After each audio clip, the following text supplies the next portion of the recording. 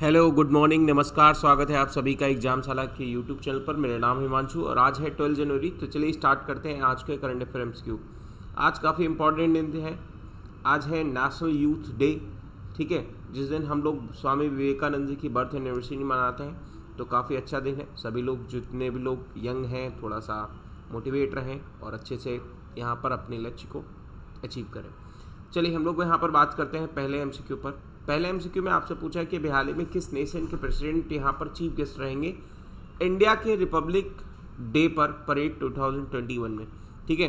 तो इसका सही आंसर क्या है? देखिए, इससे पहले क्या था, यूके के प्रेसिडेंट, यूके के प्राइम मिनिस्टर आने थे बोरिस जॉनसन, लेकिन उन्होंने अपनी जो है अचानक से अपनी जो मीटिंग है वो कैंसिल कर दी, यानी आना नहीं चाहते।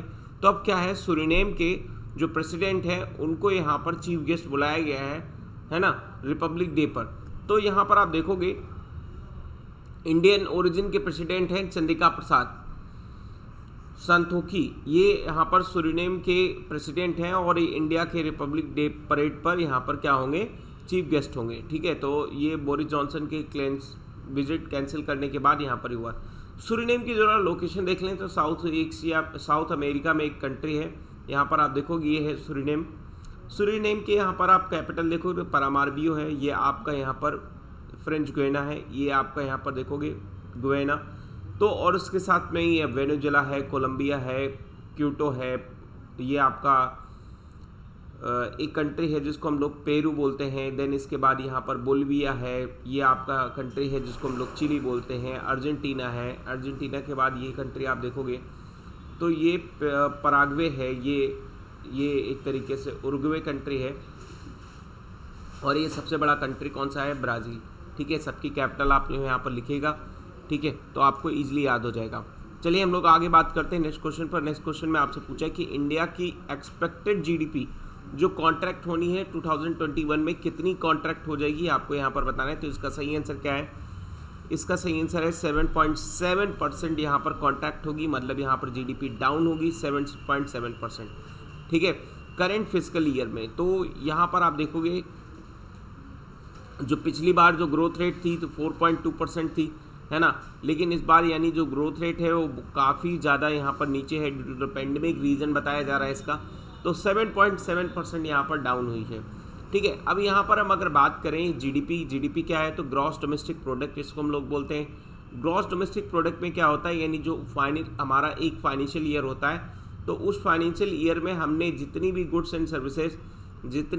एंड सर्विसेज यहाँ पर सेल की हैं, मतलब उनका टोटल जो प्राइस है, उस टोटल प्राइस को एक टेरिटरी में हम काउंट कर लेते हैं। टेरिटरी का मतलब यहाँ पर है जो डोमेस्टिक हमारी बाउंड्री है, जो हमारी घरेलू सीमा है, उसके अंदर हमारे जितने भी गुड्स एंड सर्विसेज का टोटल प्राइस आया, that is called my GDP, यानी ग्रॉस डोमेस्टिक प्रोडक्ट है, ठीक है। चलिए फटाफट कमेंट सेक्शन में बताइए जीडीपी का इस समय बेस ईयर क्या है, जीडीपी का इस समय बेस ईयर क्या है, कमेंट सेक्शन में बताइए फटाफट। अगले क्वेश्चन में हम लोग बढ़ते हैं। नेक्स्ट क्वेश्चन में आपसे पूछा कि हाल ही में किस कंट्री ने हाल ही में कहा है इंडिया से जो कोविशील्ड वैक्सीन है, कोविशील्ड वैक्सीन यानी सीरम इंस्टीट्यूट ऑफ इंडिया के द्वारा बनाई गई है, तो इसकी वैक्सीन यानी प्रायोरिटी बेसिस पर 2 मिलियन के स्टॉक्स यहाँ पर वो चाहता है वो कंट्री। तो आपको बताना है ये कौन सा कंट्री है। तो इसका सही आंसर है क्या? ब्राज़ील। ब्राज़ील के प्रेसिडेंट आप देखोगे जैल बोल्सोनारो, उन्होंने रिक्वेस्ट की है इंडिया से कि हमें 2 मिलियन डोज चाहिए कोविशील्ड वैक्सीन के प्रायोरिटी बेसिस पर, है ना। और यहाँ पर आप देखोगे कि जो कोविड-19 की वैक्सीन ये कोविशील्ड, ये बनाई जा रही है किसके द्वारा? Serum institute of India in Pune के द्वारा, ऑक्सफोर्ड यूनिवर्सिटी के साथ मिलकर, ठीक है। तो ये चीज़ याद रखना है आपको। आगे बात करते हैं नेक्स्ट क्वेश्चन पर। नेक्स्ट क्वेश्चन में आपसे पूछा है कि हाल ही में 100 अटल टिंकरिंग लैब पूरे अक्रॉस द कंट्री में इनको प्रमोट करेंगे एजुकेशन के लिए, तो किसके द्वारा प्रमोट किया जाएगा ये आपको बताना है। तो इसका सही आंसर है क्या? इसरो, है ना। ISRO Indian space research organisation के द्वारा डिसाइड किया गया है कि हम यहाँ पर अडॉप्ट करेंगे 100 Atal tinkering lab across the country to promote the space education and space technology related innovation for the school students, है ना। ये होता है ना कि बचपन में लोग अपना एक ड्रीम रखते हैं कि हमें एस्ट्रोनॉट बनना है, हमें जो है बाहर जो स्पेस में ट्रैवल करना है। तो कई लोगों के यहाँ पर जो अचीव होते हैं, मतलब एक तरीके से ड्रीम में होते हैं कि हमें स्पेस के लिए जानकारी चाहिए, तो उनके लिए अच्छा मौका है। नीति आयोग के वाइस चेयरमैन उन्होंने कहा है कि एक तरीके से स्पेशल मैसेज है जो हम लोग यहाँ पर स्पेस टेक्नोलॉजी में एक तरीके से आत्मनिर्भर भारत अभियान को यहाँ पर बढ़ावा दे सकते हैं। चलिए आगे बात करते हैं नेक्स्ट क्वेश्चन पर। नेक्स्ट क्वेश्चन में आपसे पूछा है कि अभी हाल ही में यूथ को इनकरेज करने के लिए प्रारंभ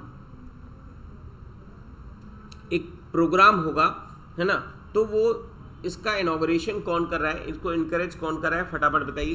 तो जैसा आपने थंबनेल देखा होगा उसके अकॉर्डिंग भी बता सकते हैं। इसका सही आंसर क्या है, प्राइम मिनिस्टर नरेंद्र मोदी ने इन्होंने इंक्रीज किया है कि यहाँ पर क्या प्रारंभ एक तरीके से टेक पार्ट होगा। यहाँ पर आप देखोगे तो प्रारंभ में क्या होगा, यहाँ पर आप देखोगे प्रारंभ में प्राइम मिनिस्टर नरेंद्र मोदी ने यूथ ऑफ इंडिया को 11 जनवरी से 16 जनवरी तक ये चलेगा। ये एक तरीके से पार्ट होगा स्टार्टअप इंडिया इंटरनेशनल समिट प्रारंभ का। और ये आप यहाँ पर देखोगे प्राइम मिनिस्टर हाईलाइटेड यानी वर्चुअल इवेंट, है ना। और इसमें क्या होगा, opportunity to the youth to be part of many domestic and global forums, one such an opportunity startup India international summit.